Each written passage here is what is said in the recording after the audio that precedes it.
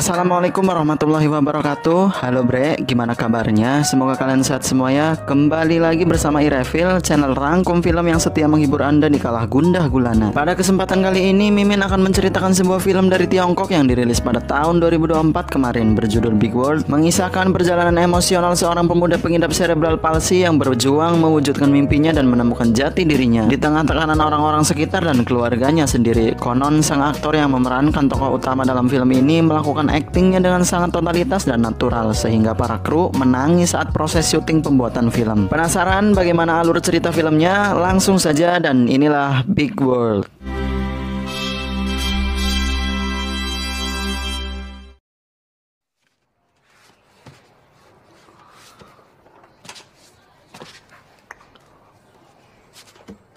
Cerita diawali dengan seorang remaja berumur 20 tahunan, kita panggil saja Liu tanpa Kang. Sejak lahir dia mengidap cerebral palsy atau biasa disebut lumpuh otak, di mana orang yang mengidap kelainan ini akan kesulitan berjalan dan kesulitan dalam menggerakkan tubuhnya sendiri. Sekarang Liu akan menghabiskan banyak waktu bersama neneknya karena ibunya meminta sang nenek membantunya untuk merawat Liu. Lalu sebuah kabar gembira datang melalui telepon rumah yang mengabarkan bahwa sebuah sekolah menerima Liu untuk menjadi seorang guru di sana. Dan tepatnya besok pagi diselenggarakannya tes mengajar bagi Liu menentukan apakah Liu akan diterima atau tidak menjadi pengajar di sana. Tepatnya hari ini di mana adalah hari ulang tahun Liu, sang nenek mengajak Liu berkumpul untuk makan malam dengan teman-teman grup paduan suara di panti jomponya, sekaligus merayakan hari ulang tahun Liu.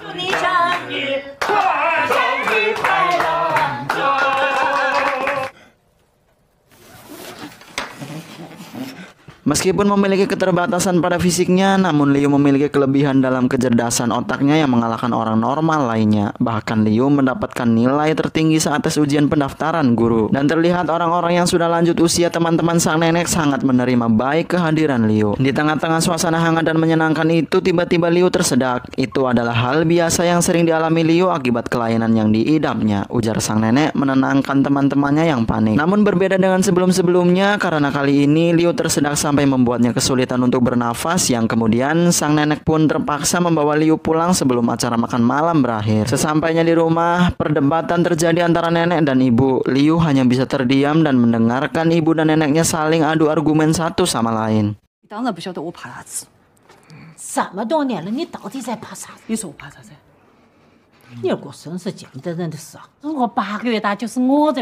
Liu juga memiliki kebiasaan unik saat tidur sejak kecil, yaitu Liu akan merebahkan tubuhnya di atas koper besar dan memeluk sebuah manekin kerangka seolah Liu sedang menggunakan spring bed dan bantal gulingnya. Keesokan harinya, Liu yang masih tidur terbangun karena suara lantang ibu dan neneknya yang kembali berdebat.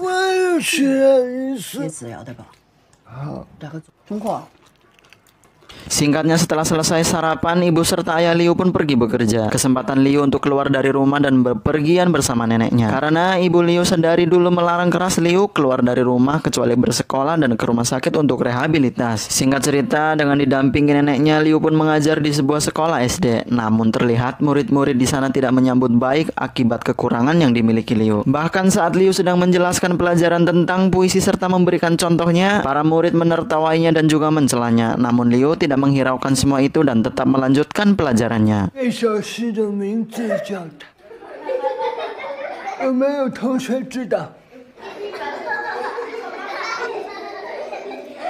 Si nenek sangat bangga dengan bagaimana cara Liu mengajar di hadapan orang banyak. Pihak sekolah juga sangat puas dengan bagaimana cara Liu mengajar. Namun sayangnya Liu tidak diterima di sekolah tersebut karena pihak sekolah beralasan mereka khawatir kegiatan belajar mengajar tidak produktif karena kondisi Liu yang seperti itu. Kasarnya, pihak sekolah ragu pada Liu karena keterbatasan fisiknya. Untuk menghibur cucunya, si nenek mengajak Liu makan mie ayam di kedai kakek Dio tidak pakai jambu karena sang nenek juga ada urusan dengannya, yaitu mengingatkan hari latihan grup paduan suara mereka. Namun kakek Dio marah pada nenek dan semua personil grup paduan suara lainnya karena saat kemarin di acara makan malam, kakek Dio sudah meminta teman-temannya untuk siang ini datang dan berbelanja di supermarket anaknya untuk meramaikan pembukaan usaha baru anaknya itu. Namun tidak ada satupun dari mereka yang datang. Akibat hal itulah kakek Dio yang kecewa pun kemudian ngambek dan memutuskan untuk keluar dari grup paduan suara. Di taman tempat biasa neneknya dan teman-teman grup paduan suaranya latihan, mereka semua mengeluhkan atas kurangnya personil karena tanpa kakek Dio yang posisinya adalah pemain drum,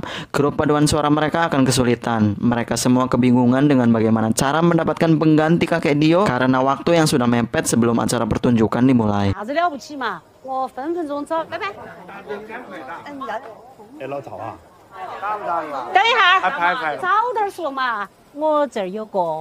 Di dalam bus saat perjalanan pulang, Liu mengajarkan kita bahwa keterbatasan fisik bukanlah penghambat untuk peduli dengan orang sekitar. Di mana saat ada seorang ibu bersama anak balitanya, Liu memberikan tempat duduknya pada si ibu. Namun terlihat si ibu melarang anaknya berbicara pada Liu. Saat Liu sedang dalam posisi berdiri di dalam bus karena sudah memberikan bangkunya untuk penumpang lain, supir bus menginjak rem mendadak yang seketika itu membuat Liu terjatuh dan tersungkur. Melihat sang cucu jatuh tersungkur, si nenek pun marah pada supir bus karena telah teledor dan membahayakan cucunya. Lalu si nenek meminta supir bus untuk meminta maaf kepada Liu. Namun dengan angkuhnya, supir bus malah menolak hal tersebut dan mencela kondisi fisik Liu, membuat si nenek tambah jengkel pada si supir hingga terjadi pertikaian di antara mereka. Tetapi semua penumpang malah membela supir bus dan memaksa si nenek untuk mengalah agar bus bisa segera melanjutkan perjalanannya. Sesampainya di rumah, ibu Liu selalu memastikan Liu untuk belajar menulis agar dirinya bisa diterima di sebuah universitas disabilitas yang ibunya pilihkan. Liu yang selesai makan terlebih dahulu meninggalkan si nenek dan ibu berdua. Si nenek meminta ibu untuk segera memberitahukan kehamilannya pada Liu. Namun si ibu menolak dan akan memberitahukannya nanti. Liu dihampiri si nenek di kamarnya. Si nenek meminta tolong pada Liu agar mau menjadi drummer di grup paduan suaranya. Awalnya Liu menolak hal tersebut karena Liu memang harus belajar menulis seperti apa yang diperintahkan oleh ibunya. Namun si nenek terus membujuk Liu dan mengatakan si nenek sangat membutuhkan bantuan Liu saat ini. Mendengar ucapan neneknya membuat Liu merasa senang karena orang seperti dirinya merasa dibutuhkan oleh orang lain.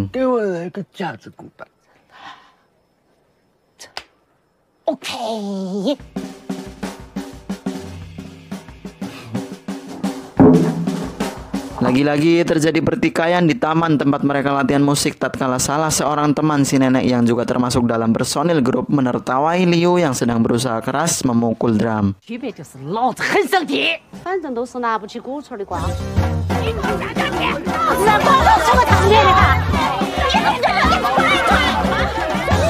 Saat semua orang sedang melerai pertikaian si nenek dengan temannya, tiba-tiba sebuah piring plastik jatuh tepat di hadapan Liu. Kemudian disusul seorang gadis seumuran Liu yang sedang bermain lempar cakra meminta tolong untuk Liu melemparkan piring plastik tersebut padanya. Dengan kondisi tubuhnya, Liu berusaha keras untuk meraih piring plastik yang berada tepat di bawah kakinya. Namun karena terlalu lama, si gadis pun datang ke sana dan mengambilnya sendiri. Kemudian dari jarak yang sedekat itu, si gadis memukul drum milik Liu lalu melihat ke arah Liu dan tersenyum manis padanya. Di umur yang sudah beranjak dewasa itu, terlihat dari raut wajah Liu, dia merasa bahagia dan senang dengan perlakuan si gadis padanya. Apakah itu salah? Tentu saja tidak. Kesalahan utama semua laki-laki adalah punya hati. Akibatnya rasa kagum yang berkelanjutan dengan perlahan-lahan akan menimbulkan rasa cinta dan harapan di dalam hati. Karena sudah dipastikan hasil dari semua itu adalah obsesi yang berujung rasa sakit hati pada sebelah pihak dari laki-lakinya sendiri.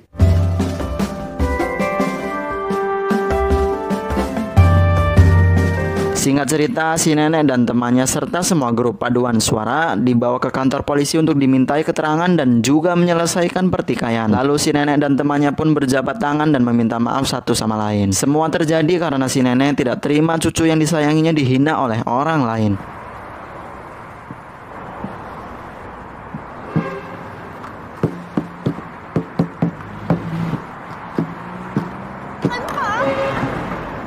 Di malam harinya, Liu terngiang wajah si gadis sambil tersenyum. Liu mengingatnya. Kemudian ibu Liu menghampiri Liu untuk mengatakan bahwa dirinya dengan si ayah akan pergi dengan waktu yang cukup lama. Namun si ibu tidak memberitahukan alasan kepergiannya pada Liu. Keesokan harinya lagi, di taman, Liu membantu salah seorang teman si nenek untuk bisa mencairkan dana pensiunannya melalui internet. Karena Liu mahir di dalam bidang komputer dan jaringan, jelas bagi Liu itu adalah hal sepele untuknya. Kemudian saat Liu akan memulai latihan drumnya, dia dihampiri oleh si gadis yang dia kagumi. Si gadis bertanya pada Liu apakah bermain drum menyenangkan untuknya. Dengan tersipu malu, Liu menjawab pertanyaan si gadis. Bagi Liu, bermain drum adalah hal baru selama hidupnya dan itu jelas terasa sangat menyenangkan. Kebahagiaan semu yang sifatnya hanya sesaat itu, Liu terlihat sangat menikmatinya. Waktu bersama si gadis yang dia kagumi, tak lama kemudian tiba-tiba kakek Dio datang membawa drumnya berniat mengambil posisinya kembali sebagai pemain drum di grup paduan suara. Kakek Dio yang mengetahui ternyata Liu adalah pengganti dirinya. Kakek Dio menertawakannya dan meremehkan Liu. Kemudian dengan dorongan semangat dari si gadis, kesempatan Liu untuk menunjukkan latihan kerasnya selama ini. Kakek Dio yang juga tidak mau kalah dari Liu pun bersaing memukul drumnya dengan sangat serius.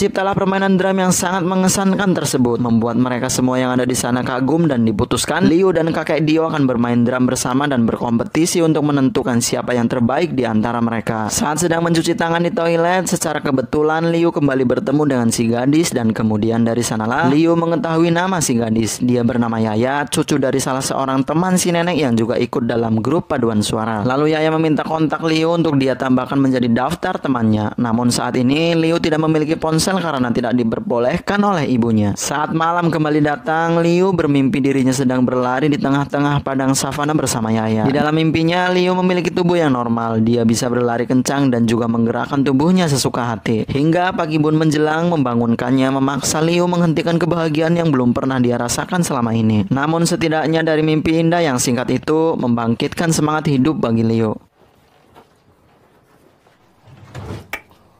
Saat sarapan, si nenek yang juga tahu Liu sedang kasmaran memastikan Liu paham dengan sebuah proses yang terjadi pada dirinya saat ini. Kemudian Liu hanya menimpali perkataan neneknya dengan niatnya yang ingin melamar kerja di sebuah kafe. Si nenek memberikan ponselnya untuk Liu gunakan sehari-hari dan terlihat jelas wajah gembira terpancar dari Liu saat itu.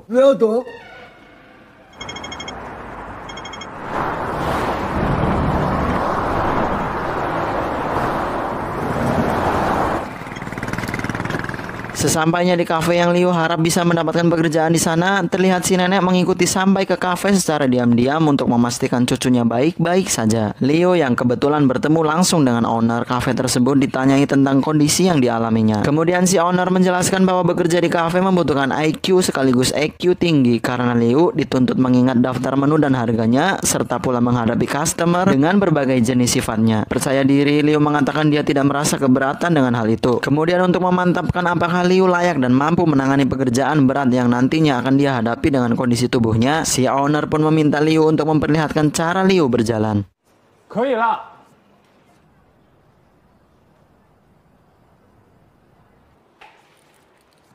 Seperti yang sudah saya jelaskan di awal, meskipun memiliki keterbatasan fisik, Liu memiliki kecerdasan di atas rata-rata. Liu dapat mengingat daftar menu beserta harganya dengan waktu yang sangat singkat. Si owner jelas terkesan dengan kemampuan otak Liu namun tidak dengan fisiknya.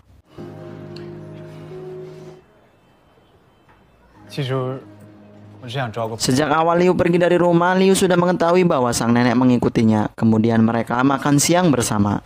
Si nenek yang mengetahui bahwa Liu tidak diterima kerja mencoba menguatkan cucunya. Namun tanpa si nenek sangka, Liu ternyata berhasil dalam sesi wawancara dan berhasil juga diterima kerja di kafe tersebut. Sang nenek sangat bangga pada Liu, bukan hanya neneknya saja, Liu sendiri pun sangat senang dan bangga pada dirinya sendiri.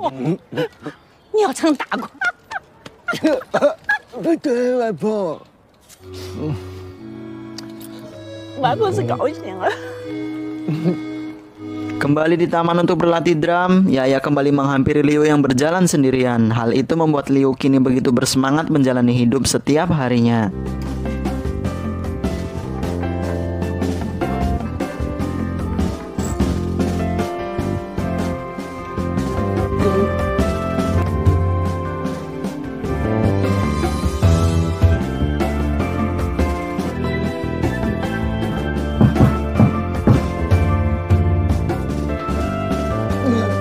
Liu juga adalah seorang yang tidak pelit ilmu. Secara sukarela dia mengajari orang-orang lansia untuk mengoperasikan ponsel mereka yang sebagian mereka tidak pahami. Seperti contohnya cara transaksi, autentikasi identitas, dan mendaftar BPJS melalui aplikasi online. Setiap malamnya melalui telepon, Ibu Liu tak lupa selalu memastikan anaknya belajar dan menulis untuk bisa masuk ke sekolah tinggi khusus disabilitas yang sudah ibunya rekomendasikan. Namun hal itu berseberangan dengan keinginan Liu sendiri yang ingin masuk universitas normal untuk bisa meraih cita-citanya menjadi seorang pengajar. Di keesokan harinya, sang nenek mengundang teman-teman paduan suaranya beserta Yaya makan malam di rumah.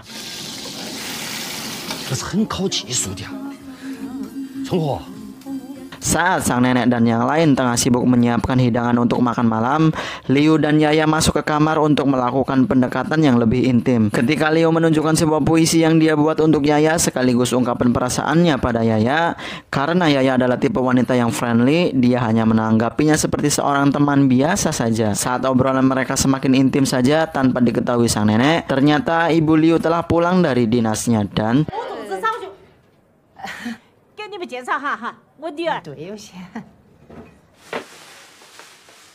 memergoki anaknya yang sedang berduaan dengan lawan jenis di kamar. Sang ibu menanyakan hal tersebut pada sang nenek dan juga Liu. Sang nenek berkilah bahwa Yaya adalah teman sekolah Liu yang berbeda kelas. Liu yang sudah muak karena merasa hidupnya tidak bisa bebas seperti orang lain, Liu selalu saja disetir oleh sang ibu dengan dalih demi kebaikannya.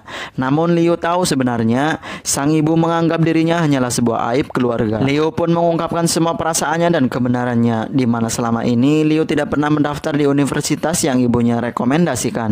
Liu telah mendaftar di universitas normal demi mengejar impiannya menjadi seorang pengajar.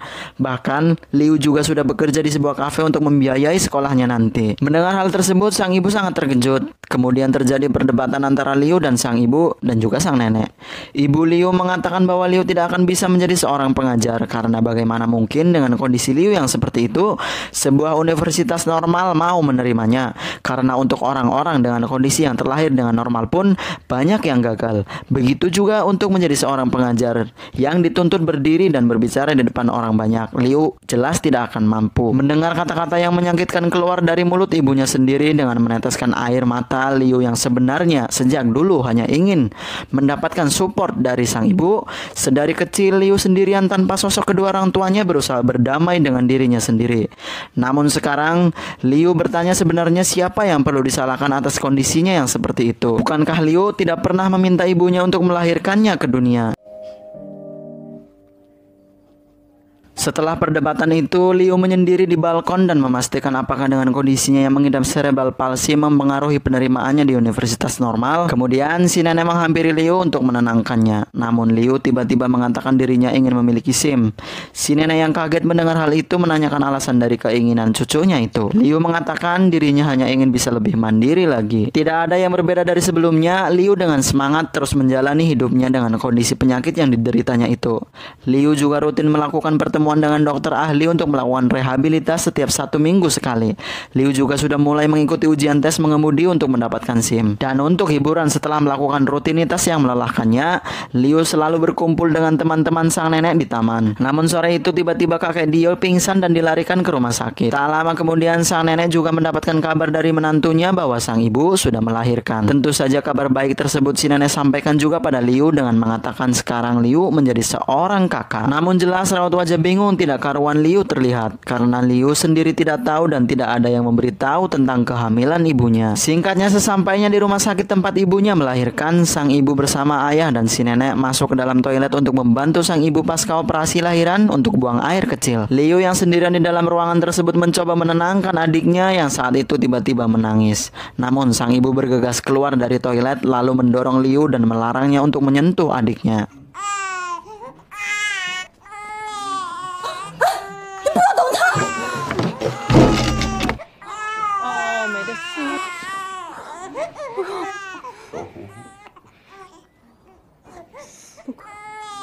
Betapa hancurnya hati Liu saat itu. Liu bertanya pada neneknya mengapa si nenek tidak memberitahukan tentang kehamilan sang ibu padanya. Si nenek memberikan alasan bahwa ibu Liu memiliki kadar gula darah yang tinggi dan dokter menyarankan ibu Liu untuk dirawat. Namun hal itu juga belum bisa menentukan ibu Liu tidak akan mengalami keguguran. Jelas alasan tersebut benar-benar membuat Liu semakin merasa dikucilkan oleh keluarganya sendiri. Sembari mengingat kata-kata ibunya saat perdebatan hari itu, di mana sang ibu yang mungkin keceplosan mengatakan bahwa dirinya membenci Liu dan sang ibu benar-benar malu dengan takdirnya. Untuk melampiaskan kekecewaannya itu, Liu yang mengikuti tes ujian mengemudi mengendarai mobilnya dengan kecepatan tinggi. Ambillah.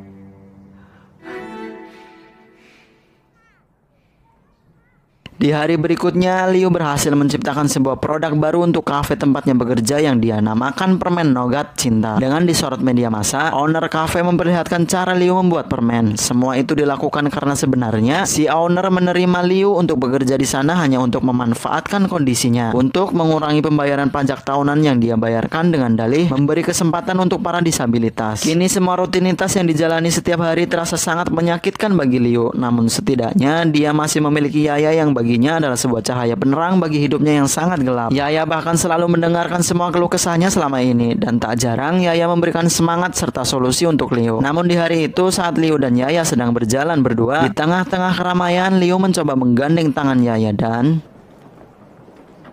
seketika Yaya langsung melepaskan tangan Liu dari tangannya. Kemudian Yaya beralasan saat itu dia ingin ke kamar mandi. Namun setelah melangkah jauh dari Liu, Yaya malah berpamitan pergi meninggalkan Liu sendirian di sana.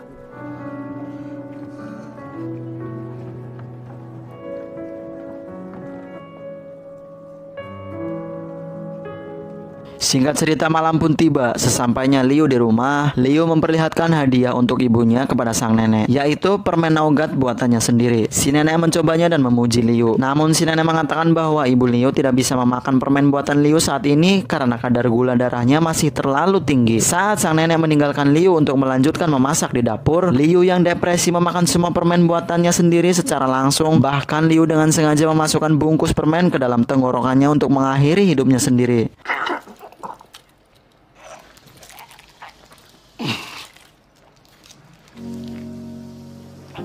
哎呀，你这是什么猪？你别老长嘴呀！ Saat di situasi antara hidup dan mati itu, Liu mengalami kilas balik hidupnya, di mana dulu saat Liu masih kecil, tengah bersembunyi dari ibu dan ayahnya, Liu kecil mendengar ayah dan ibunya mengatakan jika mereka tidak bisa menemukan Liu, mungkin hidup mereka berdua pasti akan jauh lebih baik.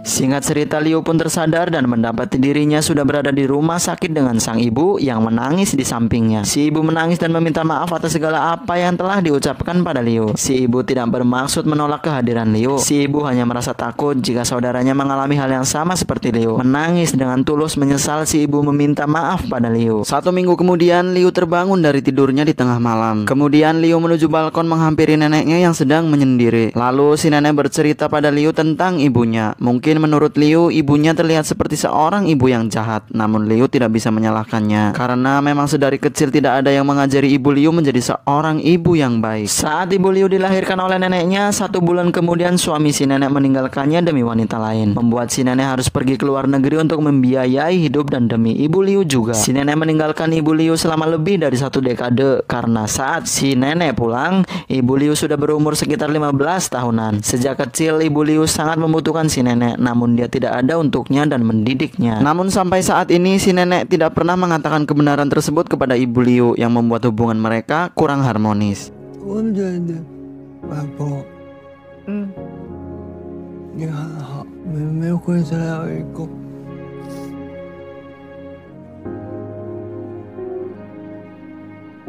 Singkat cerita, keesokan paginya si nenek memberitahukan bahwa saat Liu berada di rumah sakit, ada sebuah kiriman paket untuk Liu. Betapa terkejutnya Liu, sebuah hal yang tidak disangka-sangka bahkan mendekati kata mustahil baginya benar-benar terjadi dalam hidupnya, yaitu Liu berhasil diterima di sebuah universitas normal di jurusan sastra Tionghoa.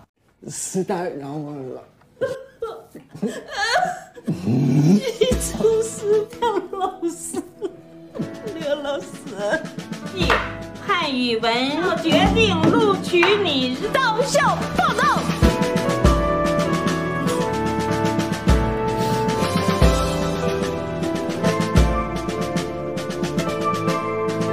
Saat hari pertunjukan yang akan menampilkan grup paduan suara sang nenek tiba di stasiun, Liu melihat Yaya berada di sana. Namun kini Liu tidak mendekatinya, hanya sebatas mengagumi dari kejauhan dan mengenang pernah ada kisah bersamanya.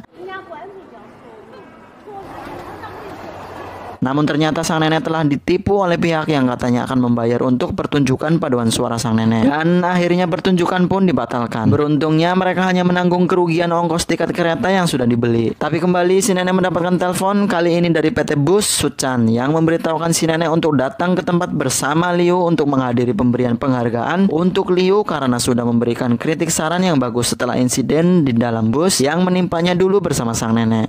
今后全面司机加强业驾护航。 Pihak PT memberikan hadiah sembako serta memberikan kesempatan Liu untuk naik ke panggung dan memberikan beberapa kata untuk motivasi bagi orang-orang disabilitas yang ada di luaran sana. "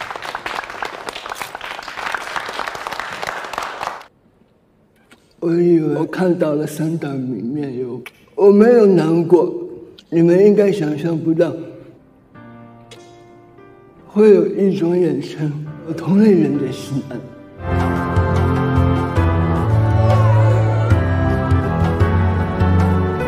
Kisah diakhiri dengan Liu yang sekarang sudah mahir mengendarai mobil miliknya sendiri. Tidak diketahui dari mana Liu mendapatkan mobil tersebut. Mungkin hasil jeripayahnya bekerja di kafe karena berbeda upah bayaran di Indo dan Tiongkok. Di tepi danau bersama sang nenek, Liu berterima kasih pada neneknya sudah menemani dan mensupportnya hingga dirinya berhasil sampai sejauh ini. Kemudian Liu meminta neneknya untuk membiarkannya mandiri dan sekarang saatnya bagi Liu lah yang akan merawat nenek dan keluarganya. Tamat.